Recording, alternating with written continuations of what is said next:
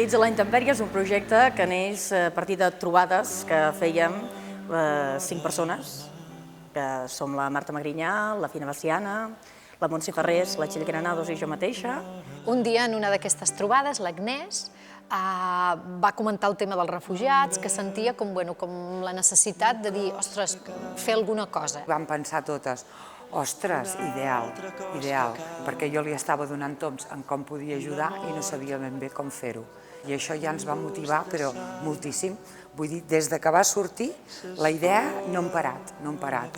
La veritat és que ens hem implicat moltíssim. Nosaltres creiem que els catalans hem de ser especialment receptius amb aquest tema, perquè nosaltres hem estat refugiats. El poble català ha estat un poble que ha hagut de patir l'exili i, per tant, ha hagut de refugiar-se a fora, i precisament parlant de que nosaltres havíem de ser especialment sensibles amb la causa, va ser com vam tenir la idea. Cadascú ha fet una mica el que li ha semblat, evidentment, amb el tema de fons del refugiat, de com es pot sentir el refugiat, el que significa ser refugiat, però cadascuna des del seu punt de vista i des de la seva manera d'expressar-ho o de la manera que ho ha intentat dir. El resultat és un llibre en què hi ha textos diversos, poemes, contes i també una portada de la Fina Baciana. Hi ha moltes maneres de reproduir aquesta situació, no?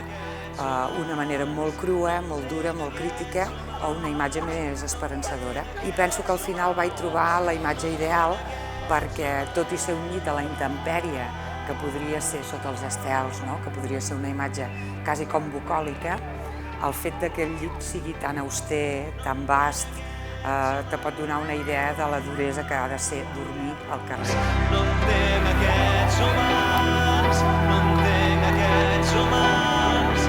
Jo vaig optar per parlar una mica del que significa ser refugiat i de com ens estem comportant avui en dia amb els refugiats. I vaig voler fer una història que passa al segle XIII, on recupera una mica el dret d'asil. Podies entrar en una església o en determinades circumstàncies se't garantia el dret a l'asil, encara que fossis un assassí.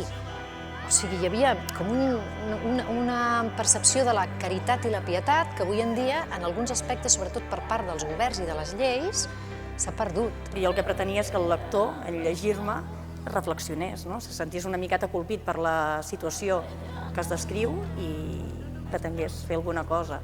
La idea era que el llibre sortís econòmic. Llavors vam pensar que si començàvem a omplir-lo d'imatges a dintre s'encariria molt.